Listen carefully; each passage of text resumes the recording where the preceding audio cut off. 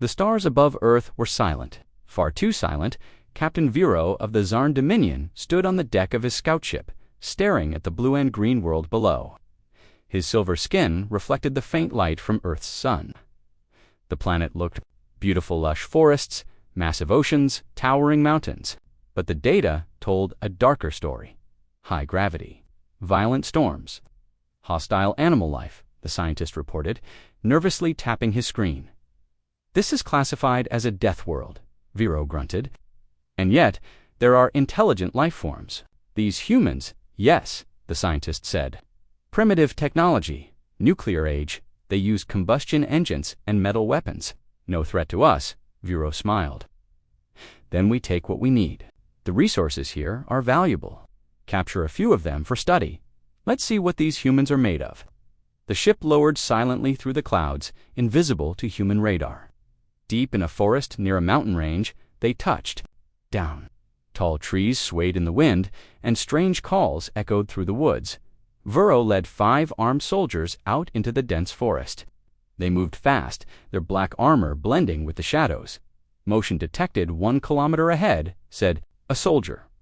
They followed the signal and found a small human camp.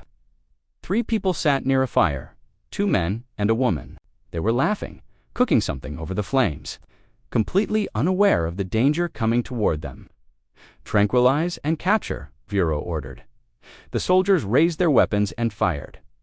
Blue darts flew through the air. 1 dart missed and struck a tree. Another hit a pot over the fire and shattered it.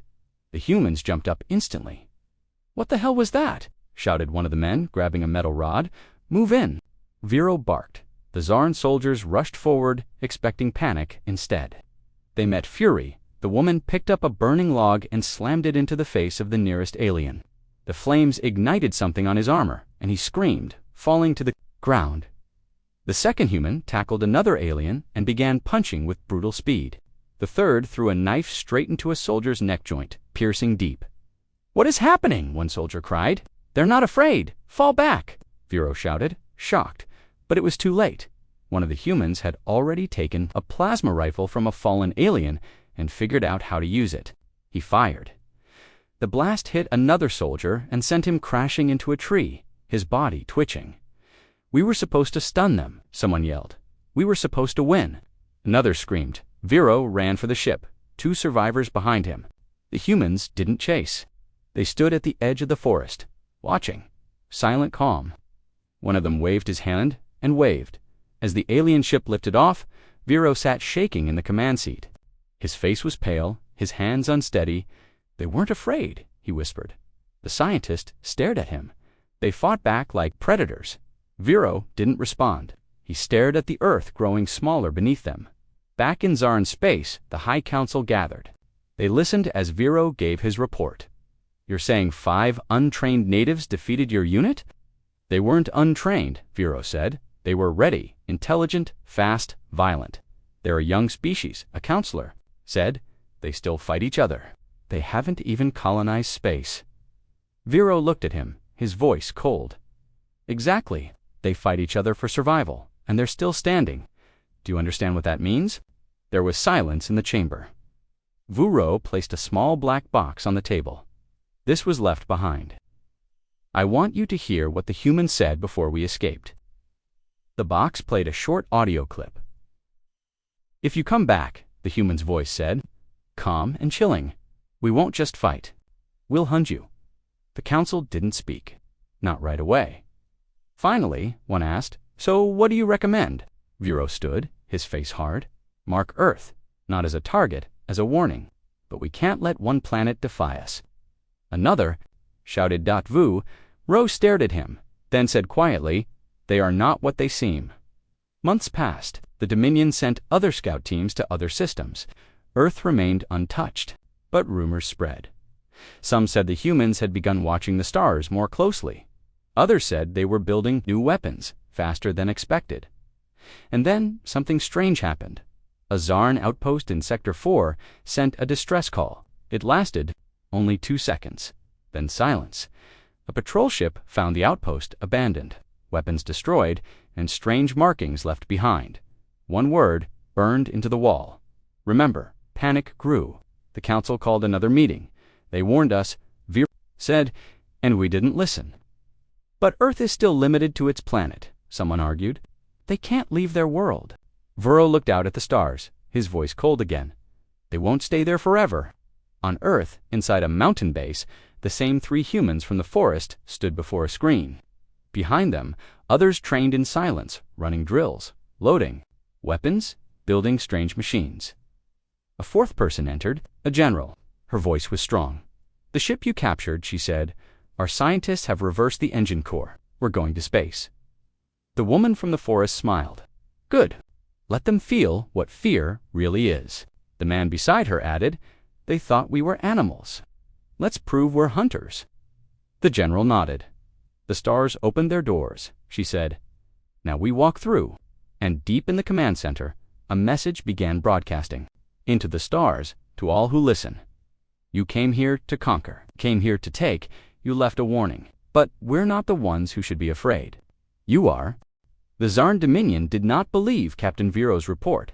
High Counselor Travell sat in his dark chamber. Watching the replay of Viro's warning again and again, they fight like predators. They are not what they seem. Travell shook his head and hissed, nonsense. One failed mission doesn't change our judgment. Earth is still ours to take. He turned to the officer beside him. Send another team, a stronger one. I want the lost technology recovered. Viro was wrong. Yes, Counselor, the officer replied.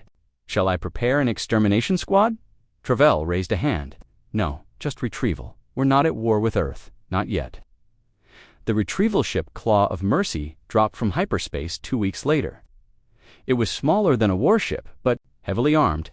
Its hull was black, built for stealth, and its crew was hand-picked 12 elite operatives trained to handle hostile planets. Commander Jurno led them. He stood tall and proud, his eyes sharp like twin blades. As Earth came into view on the screen, he addressed his squad. We do not engage unless necessary.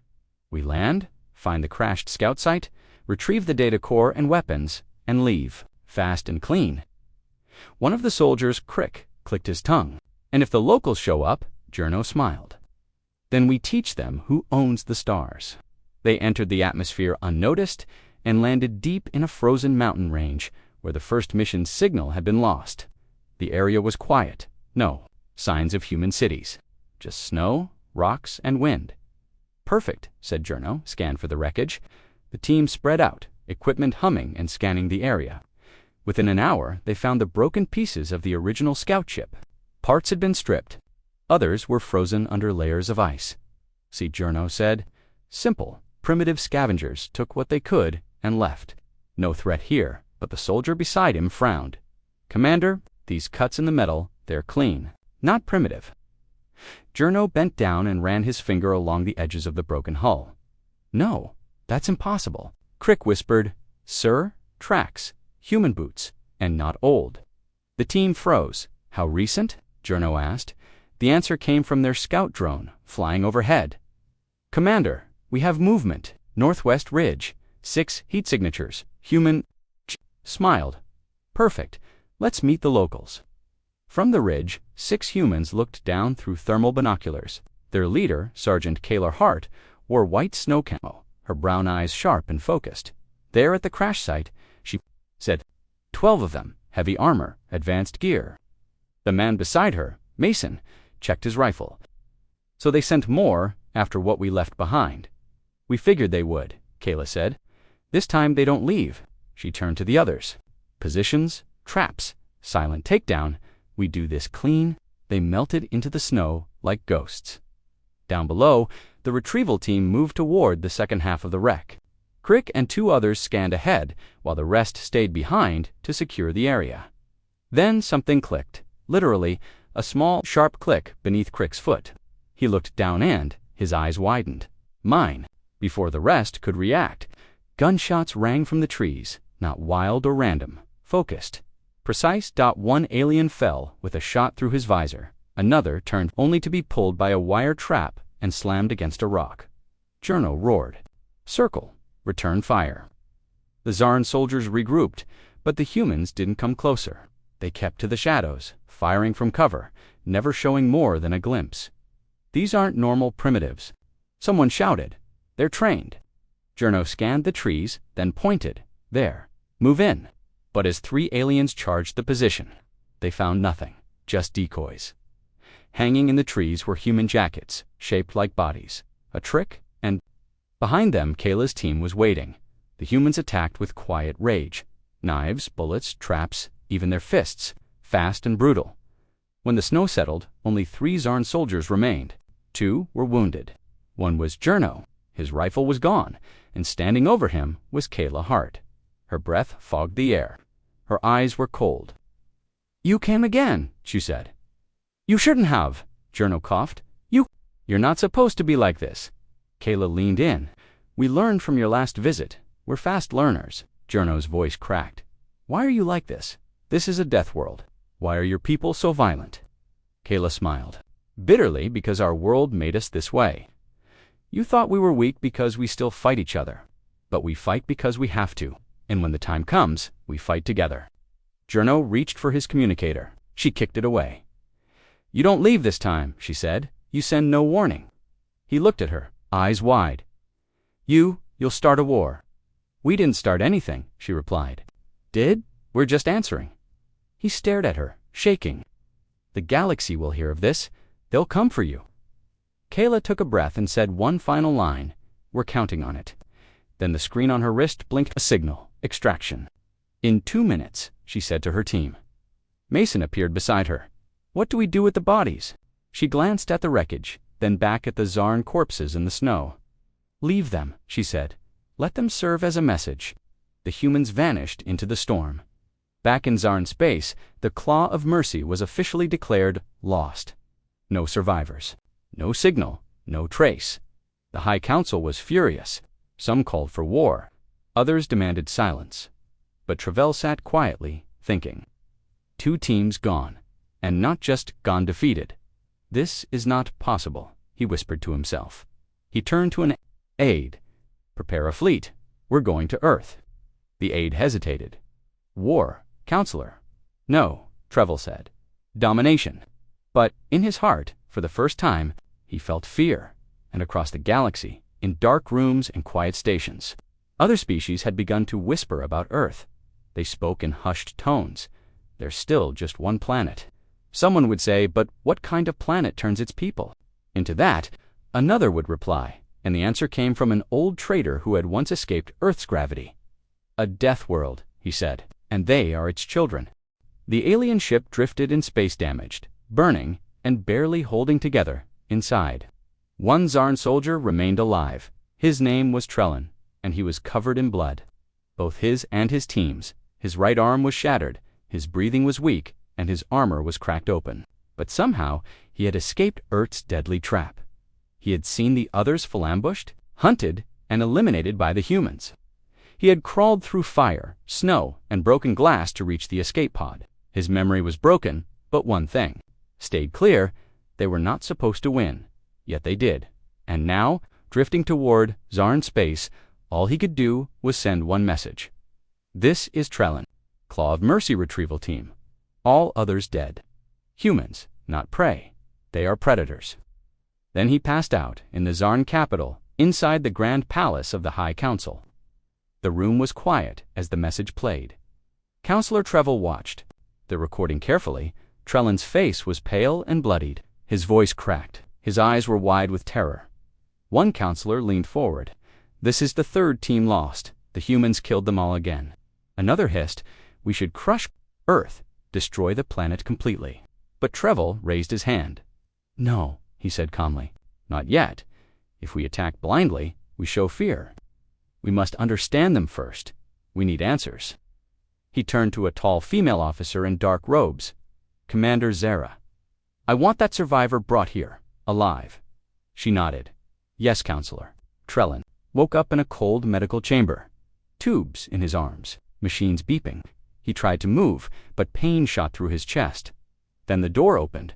Commander Zaira entered, tall, cold, and silent. She sat beside him and spoke softly. "You are the only one who returned.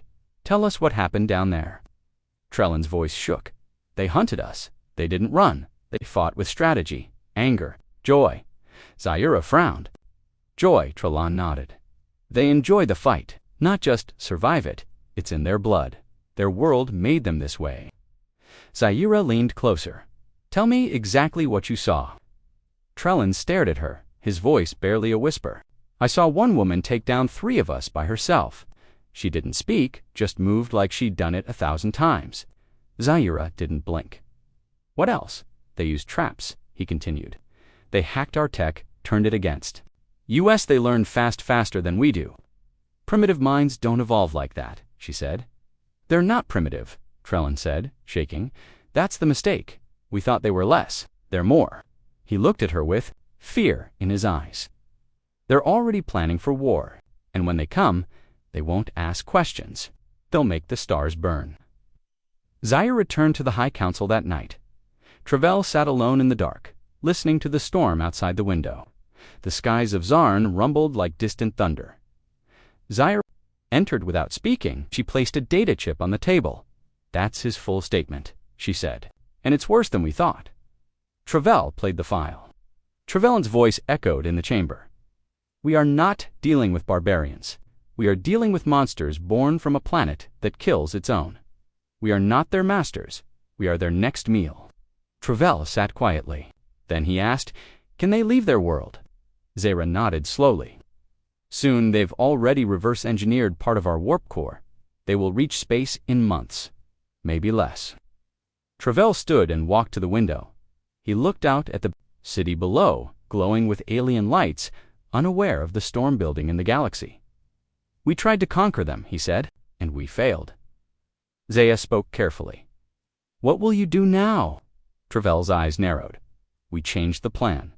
No more scouts. No more retrieval. Now, we prepare. Back on Earth, inside a Black Mountain bunker, Kayla Hart stood before a glowing table. Maps, data, and star charts covered the screen. Update, she asked. Mason replied, we intercepted their communication logs. They know Trelon survived. They're listening now. Carefully, Kayla nodded. Good, let them listen. Let them know we're not afraid. A third man entered the room. Dr. Lin, lead scientist on the Alien Engine project. We finished testing, he said with a smile. It works. Our first warp prototype is ready for real space. Kayla raised an eyebrow. How fast? We can reach Mars in 6 minutes. Neptune in under an hour. And that's just the test model. Mason grinned. So we're no longer stuck on Earth. No, Kayla said. Now we go to them. Meanwhile, across the galaxy, whispers of Earth were spreading in quiet trader bars. Smugglers and explorers spoke in low voices. Did you hear? The Deathworld sent back the Zarn in body bags.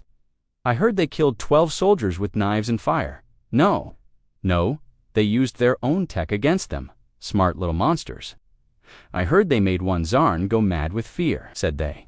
Hunted him like prey. And the best part, they're building ships now. The fear was growing, not just in Zarn space, but across the galaxy. Many had seen Earth on the star charts. None had cared before. Now everyone cared, and they all had the same question. What happens when the humans leave their world? On a distant moon, a secret meeting took place between leaders of neutral alien species. 3 factions met in a dark underground vault. The Velari, the Shanka, and the Drelg.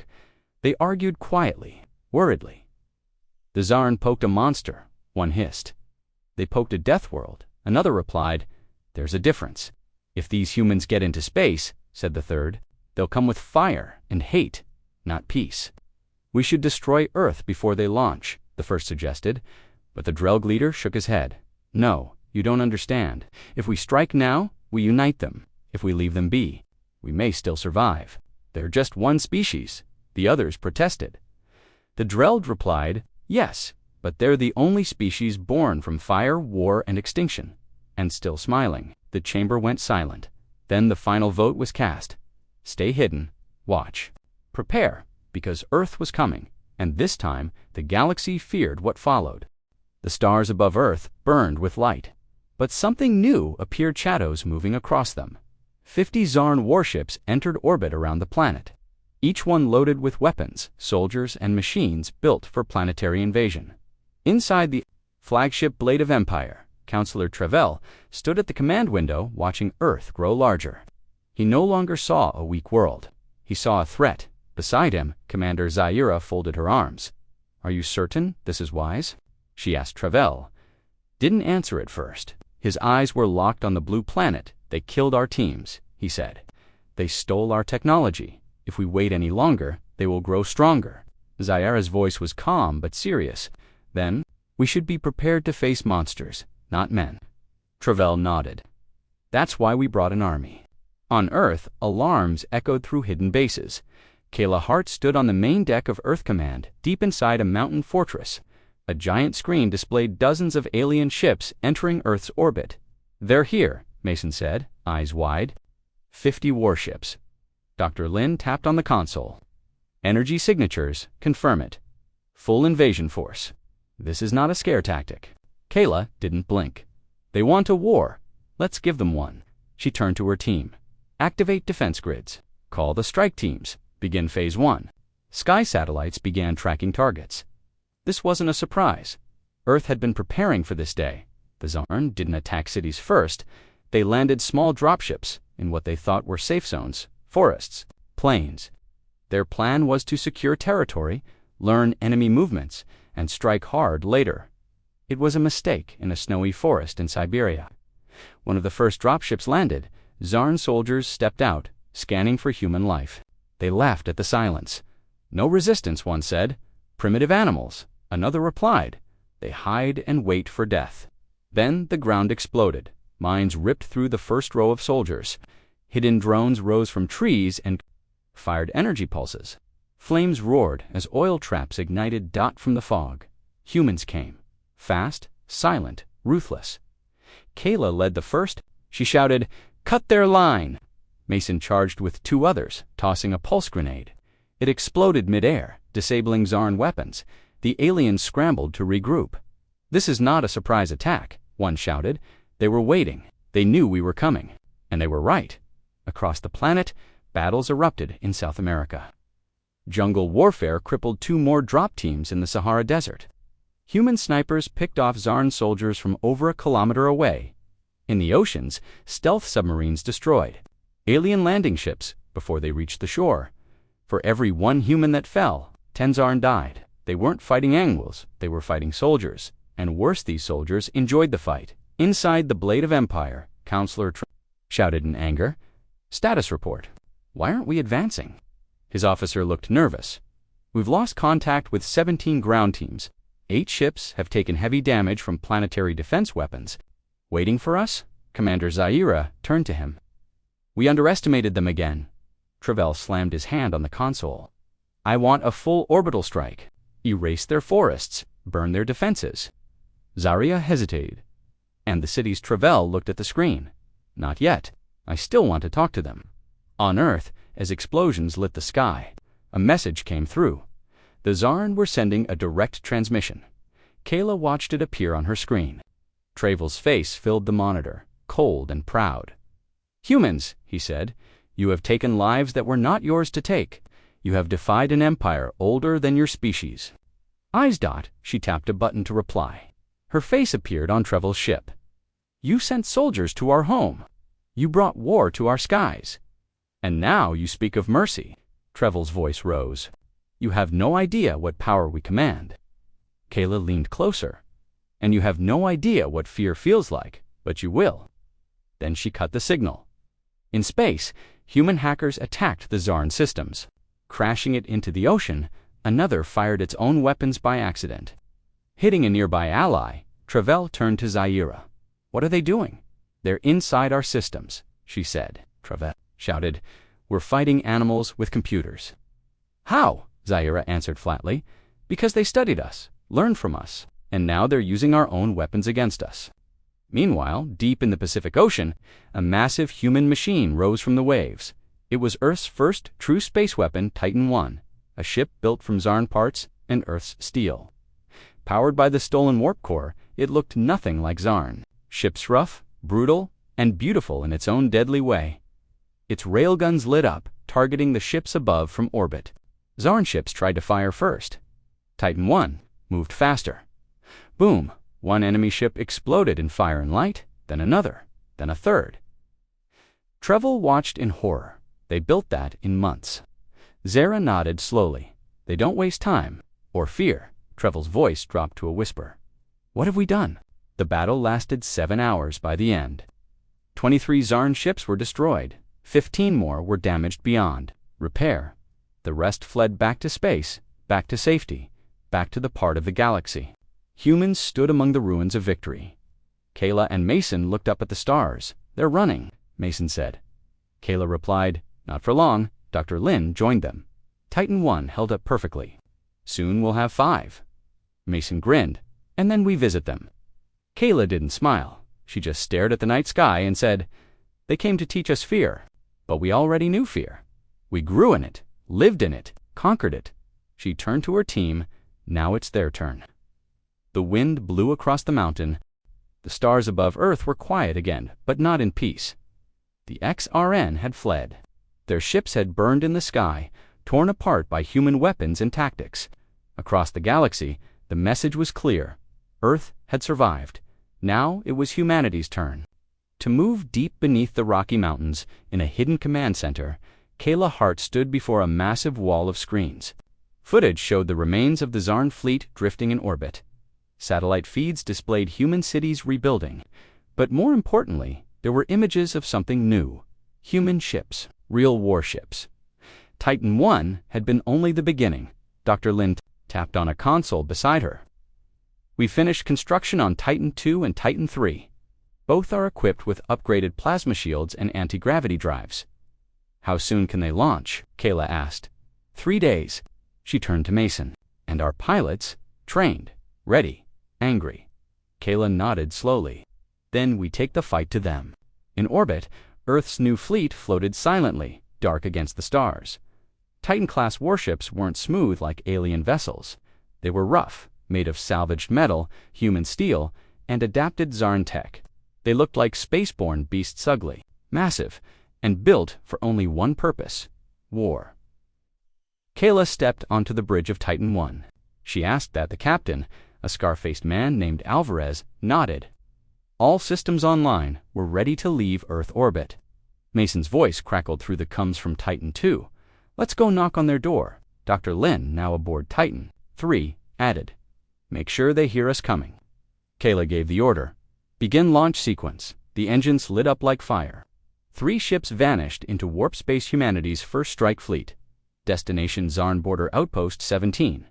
In the dark corner of the galaxy, Outpost 17 floated above a dead moon. It was meant to be a listening station, quiet, hidden, and far from danger. That made it the perfect target. When the human ships exited warp, the outpost barely had time to react. The Zarn officer inside scrambled to his console. 3 unidentified vessels coming out of warp, speed extremely high. Tech is unfamiliar. Then the alarm went off. Titan 1 fired first, a railgun. Round the size of a small car tore through the outpost's shield, hitting the side of the station with a blast. That ripped the hull open. Sirens screamed. Zarn soldiers rushed for weapons, but they were too slow Titan to deploy drop pods. Inside each one were 6 humans in armored exosuits, built for zero gravity and full combat. They hit the outpost like falling stars. The Zarn defenders were shocked not just by the speed, but by the way humans fought. No hesitation, no fear. Every shot was precise. Every move, deadly. A Zarn captain fired at one soldier and missed. The soldier returned a shot that blew through 2 walls and 3 bodies. This isn't war, one alien gasped. This is a slaughter. Kayla led the ground team. She moved through the burning halls of the outpost like a ghost swift, silent, deadly. Her rifle hummed with energy. Her eyes were sharp. Secure the command room, she said. Mason kicked open a door. Clear. Sighed. The Zarn officers surrendered something they had never done before. One dropped his weapon and fell to his knees. Please, he said, don't kill us. Kayla stared at him.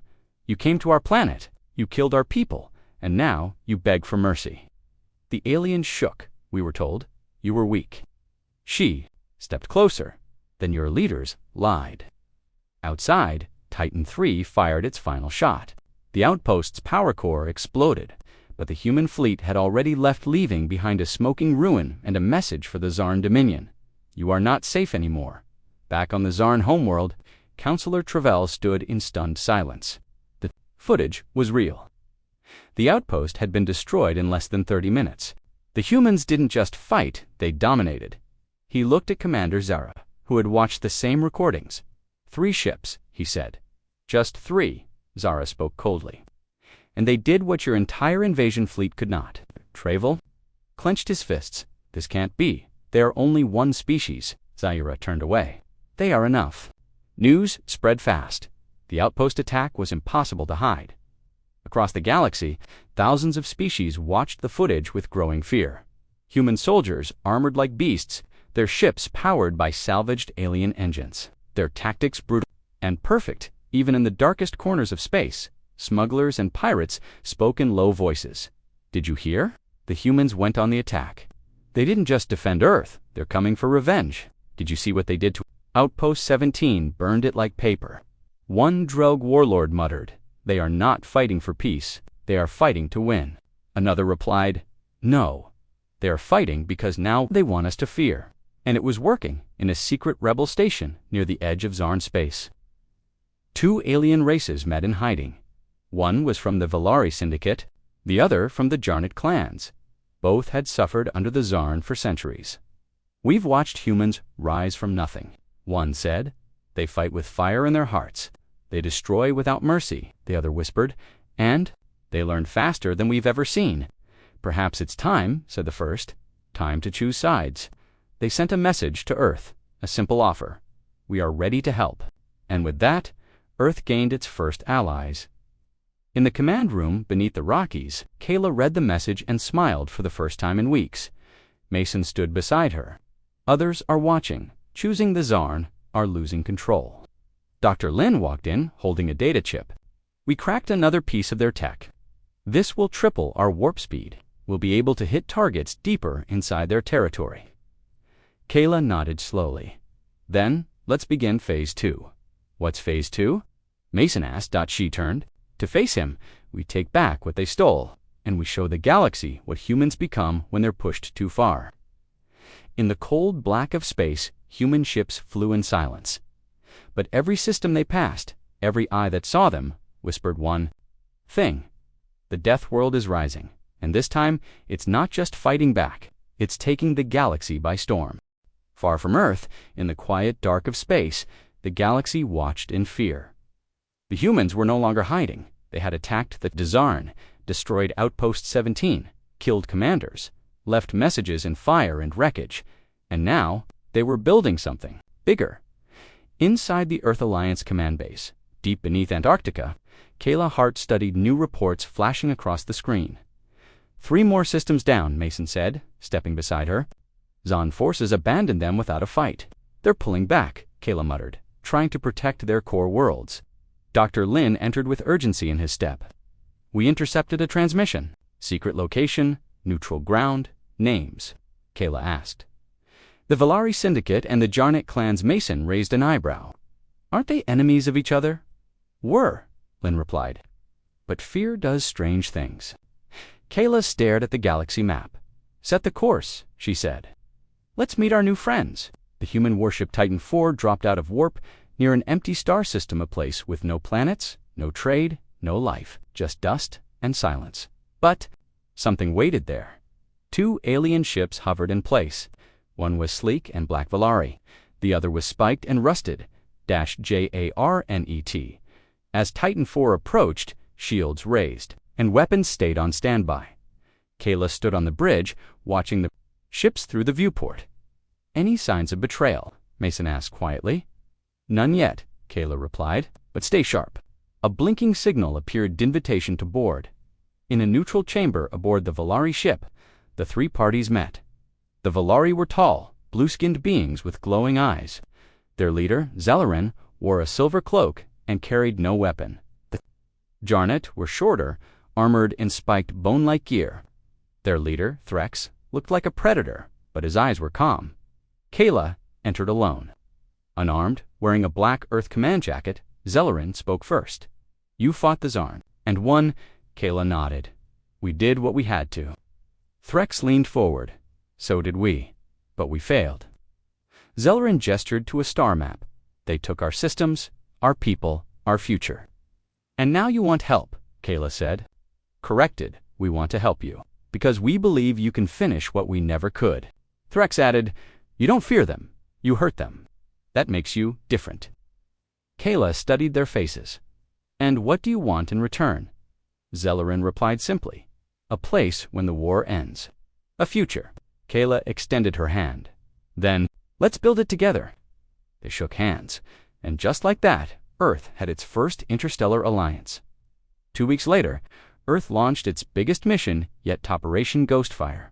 3 human warships, 2 Valari stealth ships, and 1 Jarnet strike cruiser moved deep into Zarn space. Their target, Zarn Mining Station 12, a facility enslaving over 10,000 alien workers. It was heavily defended, but the humans had something that... This isn't just a strike, this is a rescue. These people were taken, beaten, forced to build weapons used against us. Today, we shut it all down. The drop teams suited up. Jarnet warriors checked their blasters. Valari agents disappeared, into their cloaks, becoming almost invisible. Mason loaded his rifle. How long do we have? Dr. Lin answered from a monitor. 10 minutes before the station signals for reinforcements. You'll have to move fast. Kayla nodded. Then we move like lightning. The attack began with silence, no warning. Bright flashes. Just 1 disabled satellite, 1 hacked turret, 1 broken door. Then the storm came. Human soldiers and alien allies swept through the station. Guards were taken down before they could speak. Cameras went black. Lights flickered. Inside the slave blocks, alarms began to blare. Hundreds of alien prisoners looked up in fear and confusion. Then a metal door exploded inward and Kayla Hart stepped through. She held a plasma rifle and shouted in perfect Valari, "We're here to free you. Get up, move." The aliens froze, then slowly. One stood, then another. Hundreds Threx and his Jarnet warriors took the upper levels, eliminating command guards with brutal speed. Mason moved through the central control tower, disabling weapon systems. Dr. Lin sent a remote pulse through the station's AI core. Turning all defenses offline, it took 11 minutes. By the time reinforcements arrived, the station was empty. Gone. 10,000 freed prisoners. No deaths on the Allied side. And another burning reminder, the humans were coming. News of the rescue spread like fire, all across the stars. Whispers turned into shouts. The humans saved them. They fight for more than themselves. They fight like monsters, but protect like heroes. Teach us how to fight. And back in Zarn space, Counselor Travell faced something worse than war. Rebellion. Slaves refused to work. Sub-colonies went silent. A group of Zarn commanders even defected, stealing a cruiser and fleeing into deep space. Travell's face twisted. In rage, "They're infecting the galaxy with courage," he hissed. Zaira, watching nearby, said nothing, because she knew he was right, and she was starting to wonder. Maybe the humans weren't monsters. Maybe they were the cure. On Earth, Kayla stood before the largest crowd ever broadcast: alien leaders, soldiers, civilians, survivors. She looked into the camera and spoke slowly, clearly, in multiple languages translated in real time. "We didn't ask for this war, but we won't run from it." She stepped forward. "They came to our world. They tried to break us." She raised her hand. "Now we rise. Not alone, not afraid, but together." The feed spread across thousands of worlds. 1,000,000 voices spoke one word: Earth. And far beyond the stars, deep in the shadows of Zarn space, a new kind of fear began to grow. Not of war, but of hope. The halls of the Zarn High Command were no longer silent. They trembled. Reports came in by the hour more. Outposts destroyed, slaves freed, allies lost. The once mighty Zarn Dominion was bleeding. But no wound cut deeper than fear. Counselor Travell sat in the war chamber, his claws digging into the steel armrest. Across from him, Commander Zara remained quiet. She had watched his anger grow cold, and now it was turning into something else. Desperation. "We are losing," Travell said finally, voice low. "Every time we strike, they are waiting. Every time we run, they chase. Every strategy, every strength, they match and destroy." Zaira tilted her head slightly. "Because they don't follow rules. They think sideways. They use our own weapons against us. They adapt. They should not be this strong." "They are not strong," Zaira replied. "They are hungry." Travell stood. On Earth, Kayla Hart sat in the War Council room. Titan-class captains, alien allies, and top Earth strategists gathered around the glowing map. Dr. Lin pointed at a flashing red system. "This is our next target. Zarn Supply Hub 04 Delta. It controls energy and food distribution to 8 nearby colonies." Mason tapped the screen. "But it's heavily fortified," added a Jarnet warrior. "Too risky for direct strike." Zellerin, the Valari diplomat, stepped forward. "We have another way. We'll send in a Ghost Sella stealth squad. Disable the shield, you strike from orbit. Fast, clean." Kayla nodded. "Do it." So many stars, so many battlefields. And yet, something didn't feel right back in Zarn space. A secret meeting took place in the shadow of a gas giant. Not all Zarn agreed with the war. Not all believed the Council could win. Fleet Commander had seen too many defeats. His soldiers died for lies. His ships returned in pieces. Now he met with 2 unknown vessels, human scout frigate and a cloaked Valari cruiser. Kayla appeared on his holoscreen. She asked Kareth, looked tired, older than he should. "I've fought for the Zarn all my life," he said, "but I'm done following madmen." Kayla stared at him for a long time. "Why now? And I'd rather stand beside you than beneath your boots." Kareth's defection was a shock. He brought blueprints, coordinates, command codes. Everything he knew about Zarn defenses. He also brought a warning. "The Council has a new plan," he said. "They've already sent agents, saboteurs. They want to make your new allies doubt you, make them believe you'll betray them. They already have. They're planting evidence of betrayal, fake transmissions, false orders, forged human raids. Then, we need to stop this before it begins." But it was already beginning. On a mining world recently freed by humans, a Valari aid ship exploded. Dozens died. Survivors swore they saw human markings on the attacker's armor. In another system, one Valari asked, "They're not here to save us," said another. "They're here to conquer." Within days, cracks appeared in the alliance. Kayla held an emergency meeting. "These attacks are not ours," she said firmly. "They're trying to turn us against each other." Threx, leader of the Jarnet, growled. "Then prove it. Show us the truth." The attackers were Zarn agents using stolen gear, voice prints, heat signatures, ship IDs. They don't match any of ours. He displayed the data on the wall screen. Kayla looked at Threx. "We won't lie to you. We want this war to end. But we won't win if we don't trust each other." Zellerin stepped beside her. "Then we stand with Earth. Let the cowards try to divide us. We will not break." Threx stared at them for a long moment. Then he said, "Show us the way." The alliance held, but just barely, in the heart of the Zarn Empire. Treville's plan was falling apart. The fractures hadn't spread. The alliance had survived the lies. Zara stepped into his chamber, watching him stare out the glass wall at the stars. "They didn't break," she said. "No," he growled. "They didn't," Zara took a breath, "because they want power."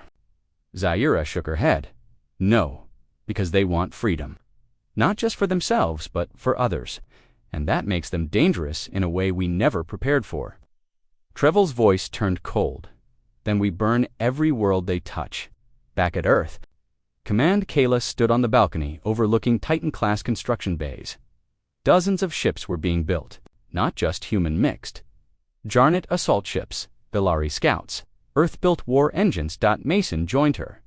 "Think they'll try another trick?" Kayla smiled faintly. "They can lie, they can cheat, they can try to divide us, but they forgot one thing." "What?" She looked up at the stars. "We come from a world where everything tries to kill us, and we learn to fight together or die alone." She turned, and now we're not alone anymore.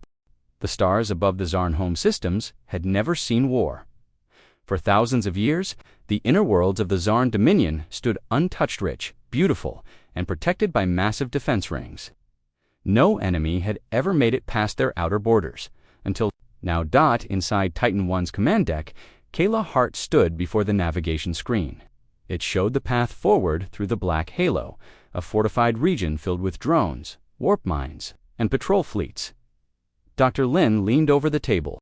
We have two options: sneak through one of their mining lanes using cloaked Valari ships, or we blast a hole straight through. Mason grinned. I vote for blasting. Kayla stared at the map. We do both.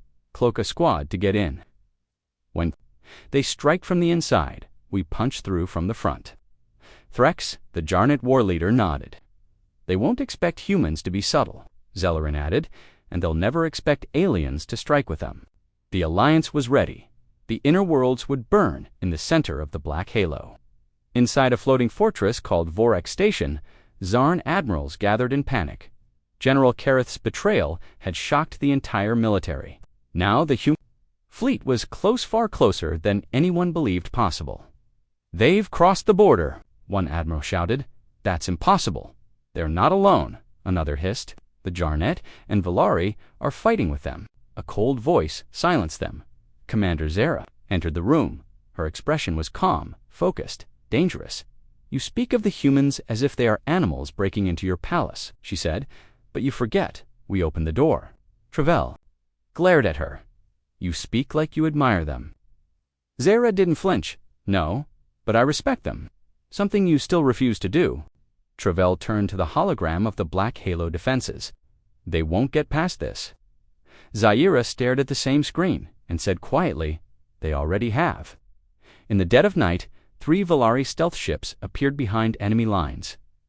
Moved like shadow silent, invisible to most sensors. Onboard elite Ghost Cell agents moved through narrow tunnels in space armor, ready to strike. One of them carried a small Device-on Earth-built spike bomb designed to disable the energy grid powering Vorex Station's outer cannons. They reached the power core in minutes. The leader placed the device, pressed a single button, and whispered, for Earth.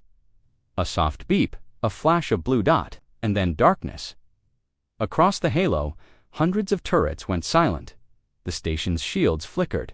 Alarms rang through every level. And that's when the human fleet jumped in. From warp space, the Titan-class ships arrived like thunder. Titan 1, 2, and 4 led the charge. Behind them came Jarnet spike cruisers and Valari dart fighters. Kayla stood at the helm, eyes locked on the burning defensive line.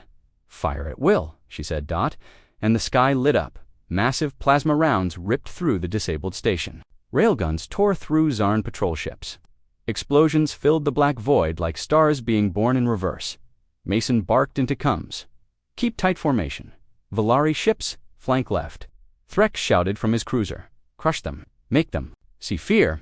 In just 20 minutes, the outer wall of the inner worlds collapsed. The Zarn had never been attacked here. Now, they were losing everything inside Vorex Station. Chaos ruled. Admirals ran. Generals screamed orders. No one followed. Trevel stood in the command center, watching his empire fall apart. He turned to Zaira. Fix this. Zaira didn't answer. Instead, she removed her rank badge and dropped it on the floor. I'm done fighting for you, she said. You led us into this. You ignored the warnings. You made monsters, and now they're knocking at your door. Trevel raised a weapon. You dare betray me? Zaira didn't blink. Double quotes. No, you betrayed us all.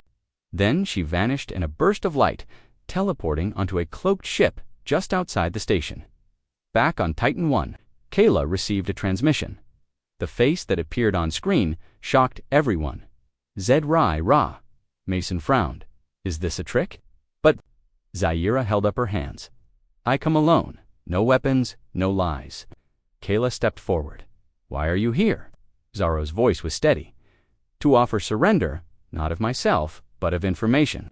She tapped her wrist, and files poured into Earth Command, fleet routes, command structures, secret vaults, locations of inner-world bunkers. Kayla narrowed her eyes. Why help us now? Zaira stared at the screen. Because the war is already lost. I'd rather help build what comes next than watch everything burn. Earth and its allies didn't stop. With Zara's intelligence, They struck deeper into Zarn territory, rescuing prisoners, disabling factories, seizing weapon caches. But more importantly, they freed mines, on world after world. Zarn citizens began to question the war. They saw humans healing the wounded. They saw Velari engineers fixing their cities. They saw Jarnet soldiers fighting side by side with alien farmers. The old lies the fair. The hate began to crumble. Empire, once united by terror, began to split. Kayla stood on the surface of Zarn Prime's second moon, watching the burning glow of victory from orbit. Mason walked up beside her. "We've taken 5 core systems in 10 days. Kayla nodded, "and the people aren't resisting anymore. They're welcoming us." Kayla was silent for a long moment. Then she said, "You know what that means?" Mason's voice dropped. "The war's almost over." Kayla looked up at the stars. "No, the real war is just beginning, because peace is harder than victory." And now, the galaxy had to decide. Would it repeat the past, or build something new? The Zarn Empire was falling. One by one, their worlds had surrendered. Their ships had burned. Their leaders had vanished into shadows. But there was still one stronghold left, Veltrax Prime, a planet once known for its grand military academies, now turned into a fortress of desperation. Every mountain held gun batteries. Every sky was filled with drones. Every city turned into a bunker. Travel was there. It was the last place he could run, and he was ready to die with it. Inside the command center on Titan 1, Kayla Hart stared. "At the holomap of Veltrax, it's their last defense," said Mason. "All their top generals, war machines, and weapons are there," Dr. Lin added. "If we break Veltrax, we break the Empire completely. But they won't go down easy," said Zellerin. "They know this is the end." Kayla stood silently for a moment. Then she said, "We don't wait. We hit hard, but we give them one last chance." A transmission was sent. From Earth Command to TREVL, it was short. "Surrender now. Spare your people. The war is already lost." Stood before the screen, his face pale and older than before. He didn't answer at first. Then he leaned forward and whispered, "You can break my ships, burn my cities, but you'll never take my soul." He cut the transmission. Was set. The human-led alliance moved fast. 5 Titan-class ships, 7 Jarnet cruisers, 10 Velari stealth bombers, dozens of support frigates.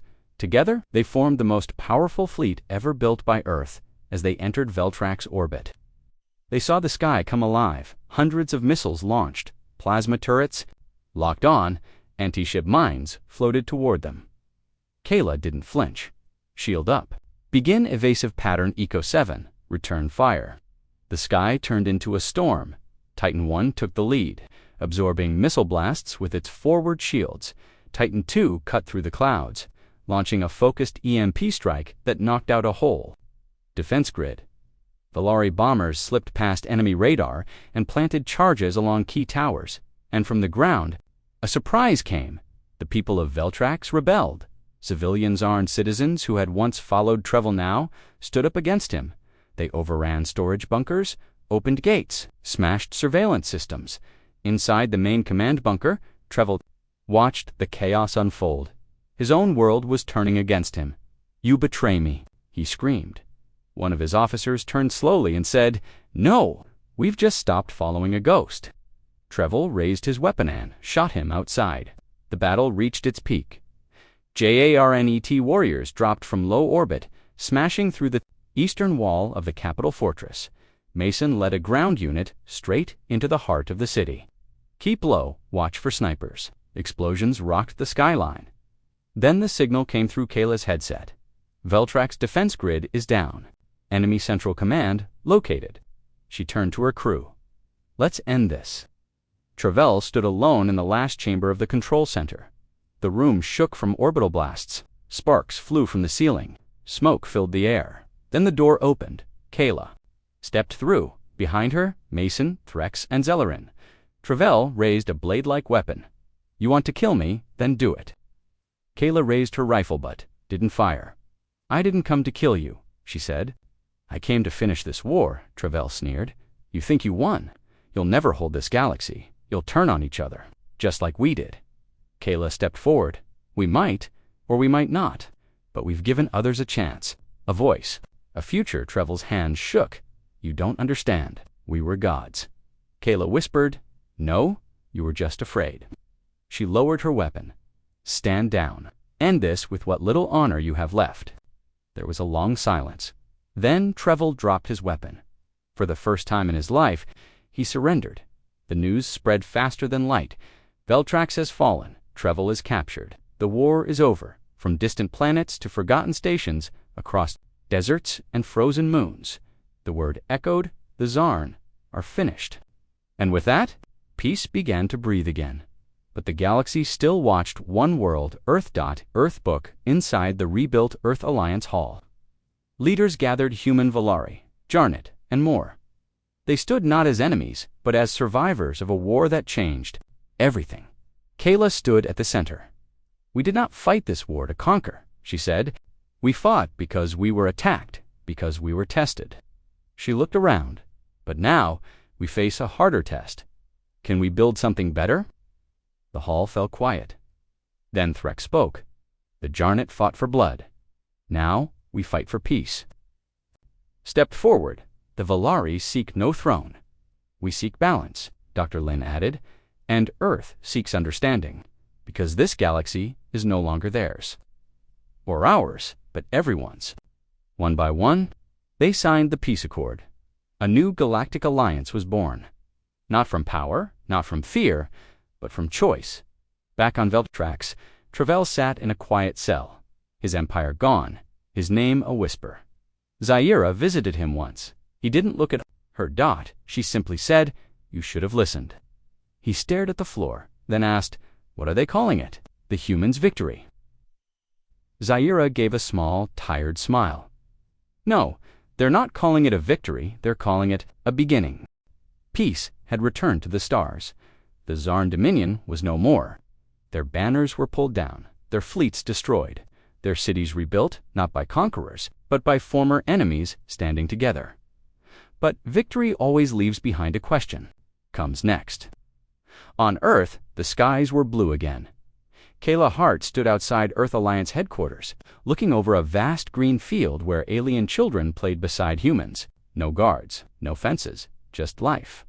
Mason joined her, holding 2 mugs of strong black coffee. "We finally did it," he said.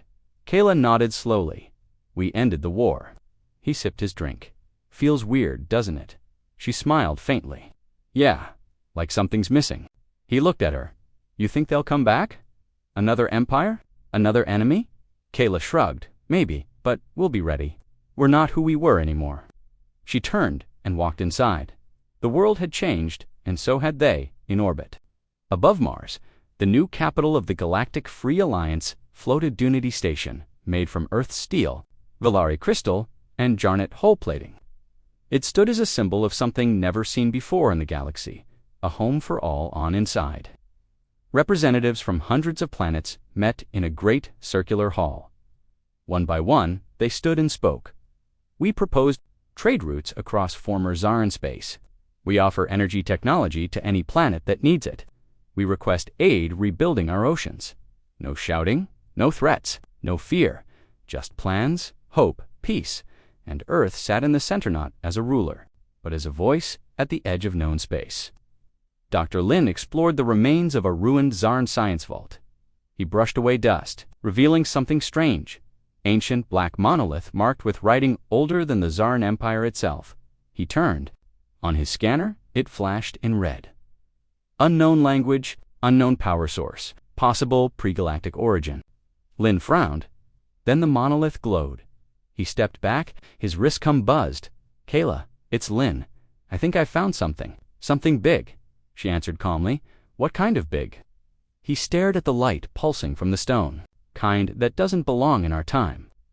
Far across the galaxy, deep inside a quiet prison station, Trevel sat in silence. He no longer screamed. He no longer spoke. He simply stared at the stars through a narrow window. Zaira visited one last time. "You've been quiet," she said. He didn't turn. She sat beside him. "Do you know what they say now? The ones who were once afraid of you." He said nothing. "They say Earth didn't just defeat you, they replaced you with something better." He finally looked at her. "Then why am I still here?" Zaira stood. Because you're the last reminder of what we should never become again. She walked out. The door closed. Travell never spoke again.